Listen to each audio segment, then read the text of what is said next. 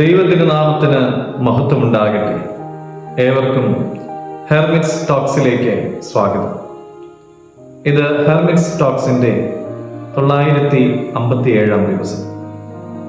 ഇന്ന് പെന്തിക്കോസ്തി പെരുന്നാളിന് ശേഷം വരുന്ന 8ാമത്തെ ഞായറാഴ്ചയാണ്.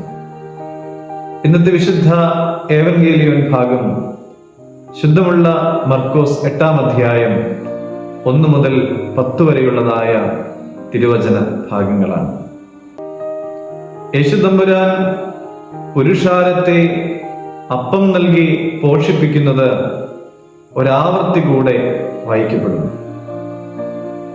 എന്തിനു വേണ്ടിയിട്ടാണ് ഇതിങ്ങനെ വീണ്ടും വീണ്ടും നമ്മുടെ മുമ്പാകെ വായിക്കപ്പെടുന്നത് എന്ന് ചിന്തിക്കാറുണ്ട്. ഒന്നാമതായി, ദൈവത്തിൻ്റെ കരുണയും വിശ്വസ്തതയും ഒക്കെ നമ്മൾ തിരിച്ചറിയുവാൻ വേണ്ടിയിട്ടാണ്. 40 വർഷം ദൈവം തൻ്റെ മക്കളെ മരുഭൂമിയിൽ പോറ്റി വളർത്തി. തൻ്റെ അടുക്കൽ വരുന്നവരെ, തന്നിൽ ആശ്രയം വെക്കുന്നവരെ താൻ ഒരിക്കലും ഉപേക്ഷിക്കുകയില്ല എന്ന് ഇത് സൂചിപ്പിക്കുകയാണ്.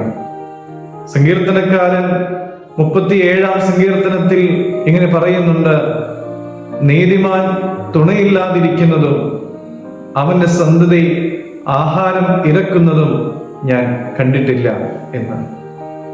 രണ്ടാമതായി, എല്ലാ നാളും നമ്മളെല്ലാവരും ദൈവത്തിൽ ആശ്രയം വെക്കേണ്ടവരാണ് എന്നുള്ളതായ ഒരു വലിയ ചിന്ത നമുക്കിവിടെ കാണുവാനായിട്ട് സാധിക്കും.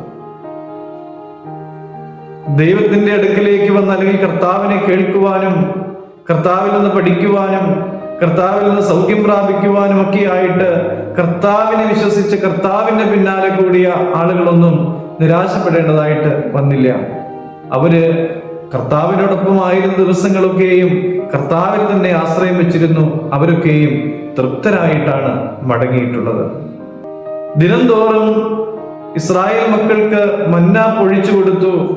ഓരോ ദിവസവും അവർ തൃപ്തരായി തീർന്നു എന്ന് നമുക്ക് കാണുവാനായിട്ട് സാധിക്കും. അവരെപ്പോഴൊക്കെ ശേഖരിക്കുവാനായിട്ട് തുടങ്ങിയോ അതൊക്കെയും ഫലവത്തായില്ല എന്നുള്ളതും നമുക്കെല്ലാവർക്കും അറിയാവുന്നതായ കാര്യവുമാണ്.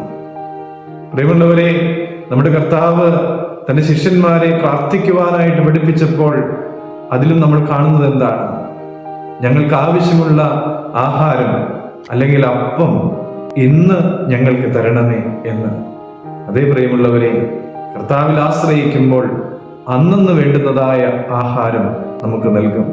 അന്നന്ന് വേണ്ടുന്നതായ തൃപ്തി നമുക്ക് ലഭിക്കപ്പെടും. മനസ്സലിയുന്ന ഒരു ദൈവത്തെയാണ് ഇവിടെ എല്ലാം നാം കാണുക. വിശപ്പറിയുന്ന ഒരു ദൈവം, ശരീരത്തിൻ്റെയും മനസ്സിൻ്റെയും ആത്മാവിൻ്റെയും വിശപ്പറിയുന്ന ദൈവം. ശുദ്ധമുള്ള യോഹന്നാൻ 6-ാം അധ്യായം 35-ാമത്തെ തിരുവചനം നാം കാണുന്നുണ്ട്: ഞാൻ ജീവന്റെ അപ്പമാകുന്നു, എൻ്റെ അടുക്കൽ വരുന്നവന് ഒരു നാളും വിശക്കുകയില്ല എന്ന്. പ്രിയമുള്ളവരെ, എല്ലാവരോടും മനസ്സറിയുന്ന ദൈവം നമ്മോട് പറയുന്ന 3-ാമത്തെ കാര്യം അത് തന്നെയാണ്: നമ്മൾ മനസ്സലിവുള്ളവരാകുക. മനസ്സലിവുള്ളവരാകുക എന്നുള്ളത് മാത്രമല്ല, മറ്റുള്ളവർക്ക് തൃപ്തി കൊടുക്കുന്നവരും കൂടെ ആകുവാനായിട്ട് നാം മാറ്റപ്പെടണം. നമ്മുടെ വാക്കുകളും പ്രവൃത്തികളും ഇടപെടലുകളും ഒക്കെ മറ്റുള്ളവർക്ക് തൃപ്തി കൊടുക്കുന്നത് ആയിത്തീരുവാനായിട്ട് ഇടയാകുന്നു. അങ്ങനെ കർത്താവിനോടൊപ്പം വസിക്കുന്നവരായി മാറുവാൻ നമുക്കെല്ലാം സാധിക്കട്ടെ എന്ന് പ്രാർത്ഥിക്കുന്നു. ദൈവം അനുഗ്രഹിക്കട്ടെ.